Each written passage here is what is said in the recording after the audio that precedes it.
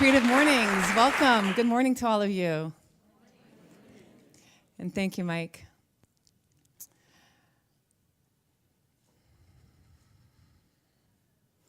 So I've always been good in the math and sciences. And so when I got to Brown for my undergrad, everyone was suggesting that I become an engineer. And so I did. And I majored in materials engineering and economics. And as you can imagine, going to a place like Brown, it offered so many unique opportunities. And one of those was that we had the opportunity to take classes at RISD, the Rhode Island School of Design, which this crowd will clearly know is one of the top design schools in the country. Well, there's something in me that was really attracted to that. But you know what? I was an engineer. I wasn't an artist. And back then, to me, RISD was an art school. And so I didn't belong. They were not like me. I was not like them. I kept it all at arm's length. And on top of that, I had this fear of rejection, that they were going to laugh when little engineering me was going to show up and wanting to take classes in their prestigious art school. And so I talked myself out of the experience before even considering it. And that is my one and only regret in my life. Because I might not be an artist, I kind of draw stick figures, but I am creative. And I definitely am a designer. And so after graduating from Brown and a year of working in New York, I went back to Paris, which, as you found out, is my home. And in 2001, a few friends and I traveled to Morocco. And after a few days in Marrakesh, we rent a car, which is interesting in Morocco, and we head into the mountains of Morocco, into this tiny little village called Ait Benadou. And Ait Benadou was this breath of fresh air after the hustle and bustle and busyness and the souks and the haggling of Marrakesh. It was peaceful. It had no cars. You know, only these tiny little alleys and streets and no haggling. That is. Until we rounded a corner and out pops this man from his store. And he's like, "Come on in. Come see what I have in my store." And the four of us are like, "No, that's not what we're here for." So he says, "Well, in that case, why don't you come and then have tea with my uncle on the rooftop of the store?" And my cousin goes, "Okay, sure." No! Are you nuts? Like, don't you know this is just a pretext to get us into his store? But she'd said yes. And so I begrudgingly followed her in through that store and up onto that rooftop. And I'll admit, we actually had a good time. And at one point, that young man turns to us and says, "Would you please come over for dinner at my home with my family tonight?" And my cousin, without consulting any of us, "Okay, sure." Are you out of your mind? Like, we don't know these people. You don't go into strangers' homes. You don't eat strangers' foods. For all we know, they're going to kidnap us into the desert and sell us. Which was a real concern. But she'd said yes. And I was not going to let her live this one out alone. And so that evening, we met back at the store, and that young man walked us through the little meandering streets of Ait Benadou until we reached the door of a mud home. And as he opened the door, we found ourselves in this big room with nothing in it, except that on the mud floor were these colorful Moroccan rugs that covered the floor. And that's where we settled down.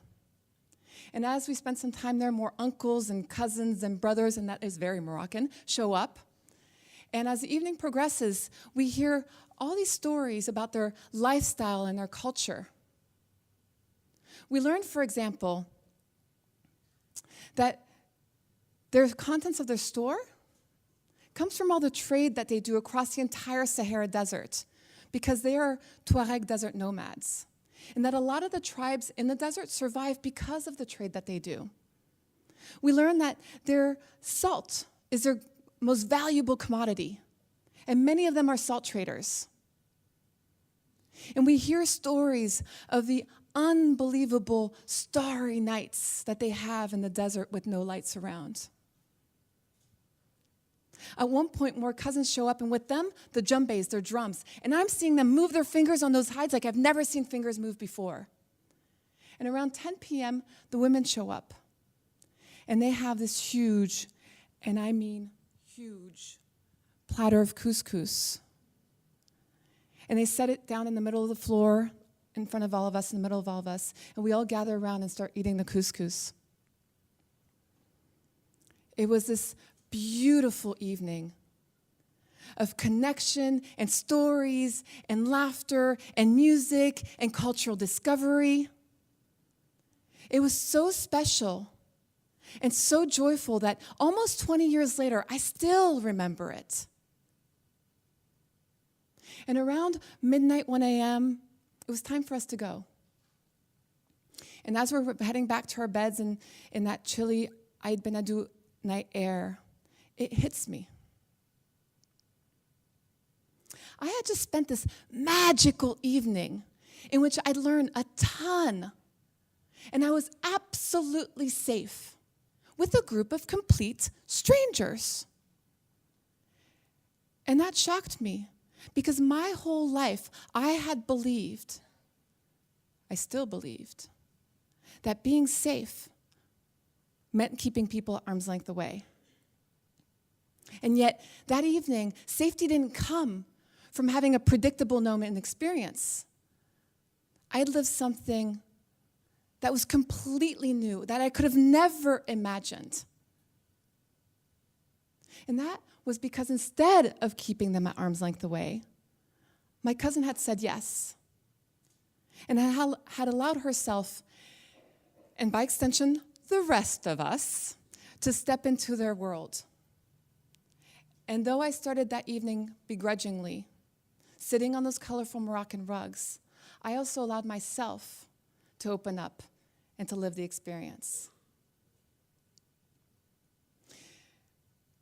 And so had we kept them at arm's length away, we would have never experienced that magic. And it got me wondering, how many times have I walked right past these brilliant experiences and opportunities and blessings just because I did not allow them in?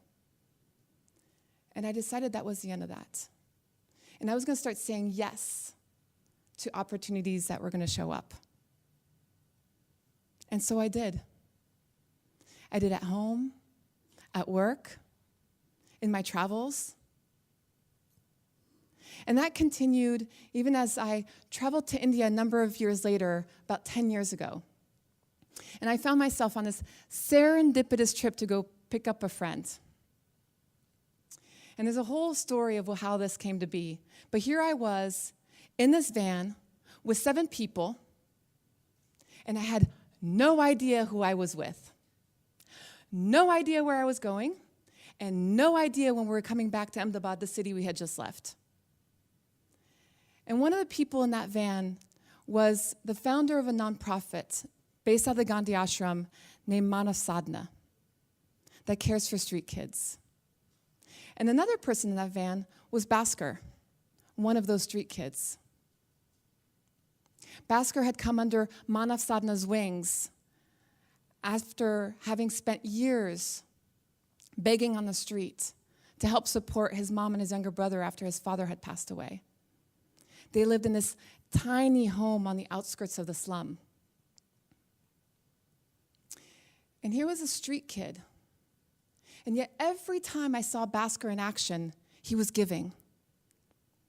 He gave of a smile, he gave of a hug, he gave of food, he gave of whatever he had on him to whomever he met and wherever he was.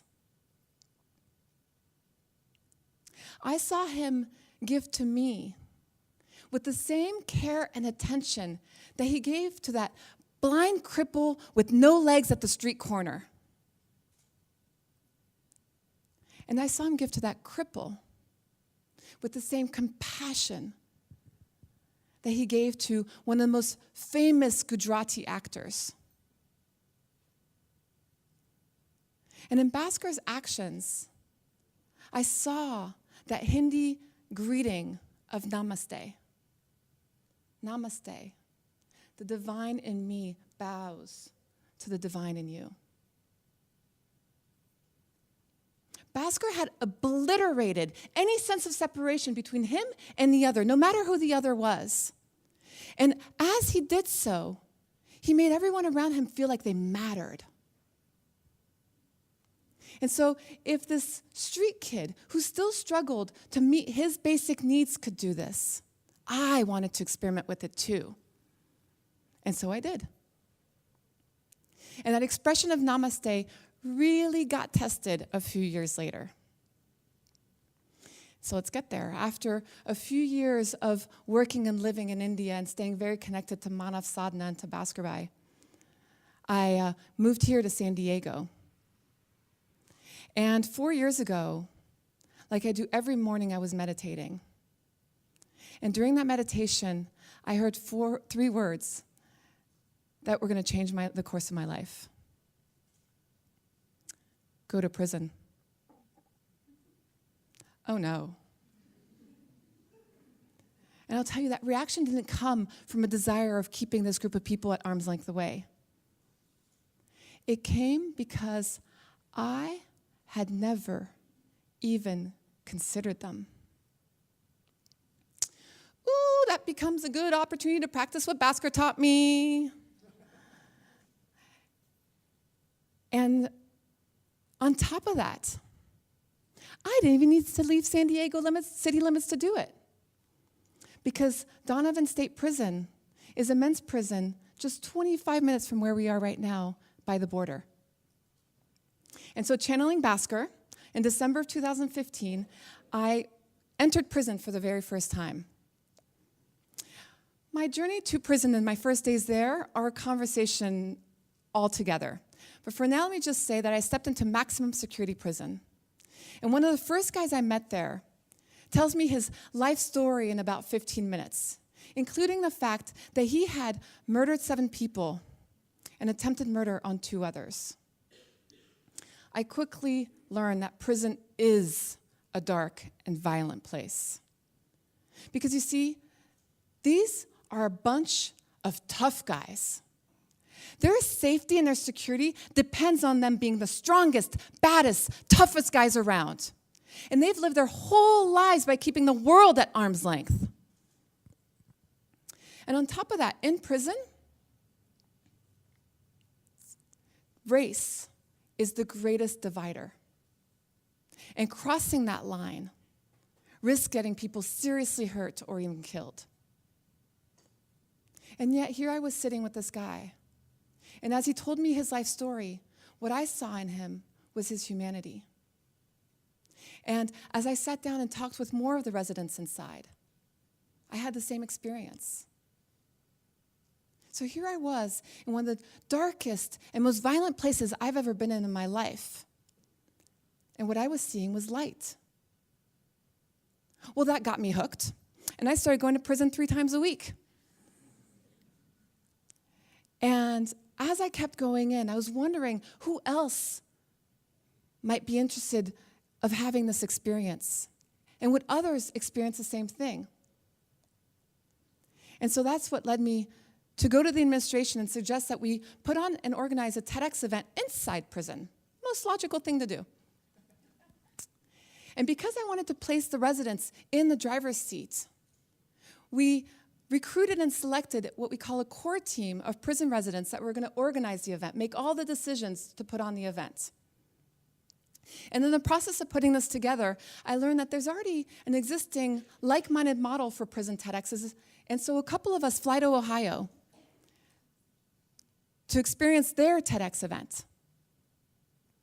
And so we arrive on rehearsal day, the day before the Tedx event, and all these prison residents are hustling, bustling around, getting everything ready for their event the next day.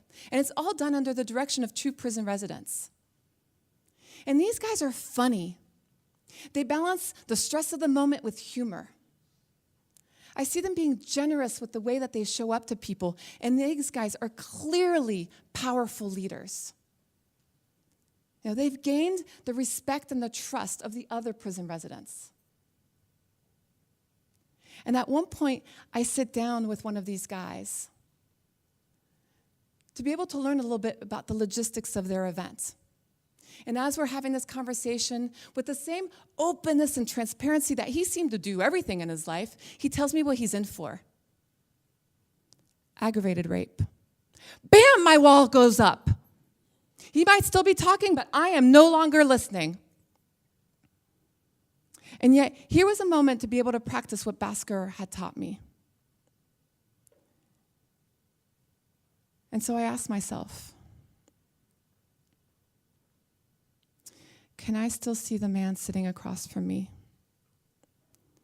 as being the funny, generous, and powerful leader that I was seeing him as just a few seconds ago?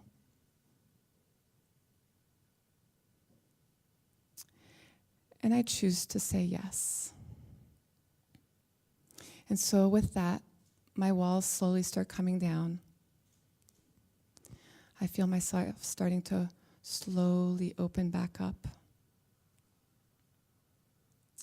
And as I do, I realize that the man sitting across from me is just like me, the collection of every single experience that he's had up until this moment.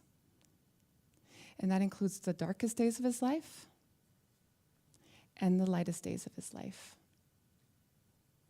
And he's where he's at because he's allowed himself to go through these experiences.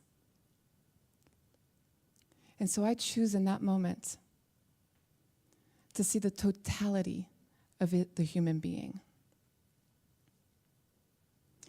And I realized with that this whole keeping the world at arm's length thing I'd been doing my whole life was gone.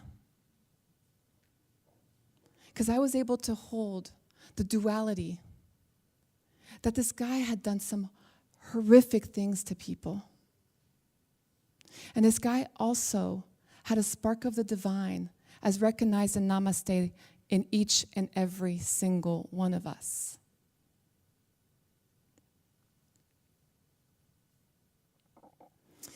And so after a brilliant TEDx the next day, I head back to San Diego, back to Donovan, and I share with the core team what I had learned about the event. Now remember, this is a group of tough guys who are different races. And so I secretly wondered what could happen if we were to bring in this idea of breaking down the walls of separation to these people that some of them are the most separated, isolated, violent people. And what we did and how we did to do that is a 1-hour conversation I'd be delighted to share in another context. But I'm going to jump straight to the punchline. And that is, in May of 2017, we put on our first Tedx event. And it was a wild success. Some of you were there. 100 people from the outside came in through security and were escorted onto the prison yard and experienced and sat side by side with 100 prison residents. And they sat and spent the morning together listening to these TEDx talks, and then the afternoon in conversation with each other. And I remember the humanity that was felt by all in the room that day. I remember watching tears of awe streaming down some of the administrators' faces at the end of the day. I remember those shifts in perspective that were happening in these hundreds of conversations between disconnected worlds. And our event was so successful that it received a Net Promoter Score that was beyond imagination. So Net Promoter Score, or NPS, indicates a customer's satisfaction with a certain product or service, as well as a customer's loyalty to a brand. Okay? Companies that are delighted with an NPS score of 30 on their products and services. And only a few brands in the world are able to get close to or achieve an NPS of 70. And when Ted went and surveyed our outside attendees gave our event an NPS of an unheard of, perfect 100. Okay. Thank you.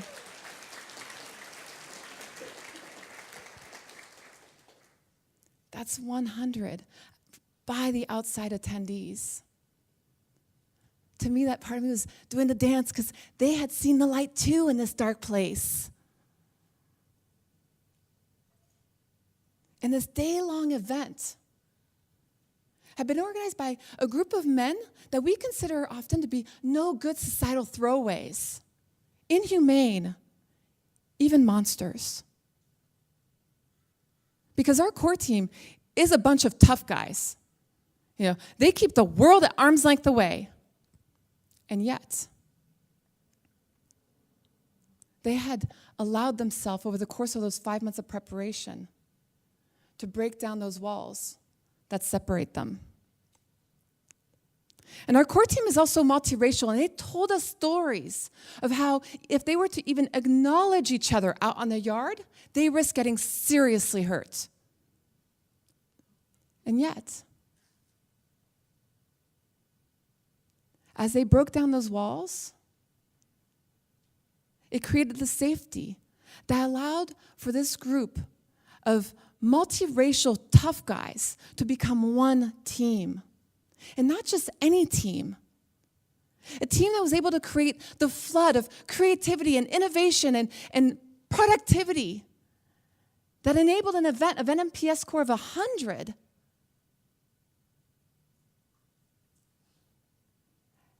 And that's when I realized that on this journey, what I've learned is that contrary to what I had believed, that I was safest by keeping people at arm's length away, I learned that if I let down my wall, allow people in, and create teams where we get to do that together, that becomes the greatest source of safety and humanity and creativity and innovation and productivity. And so I invite you on that journey too. Allow your walls to break down. Remove what may be there. And see the brilliance inside yourselves and others, so that you also can become a brighter, more innovative, more creative change maker than you already are. And I ask you, what have you been saying no to? That it's just time that you start saying yes to. Namaste.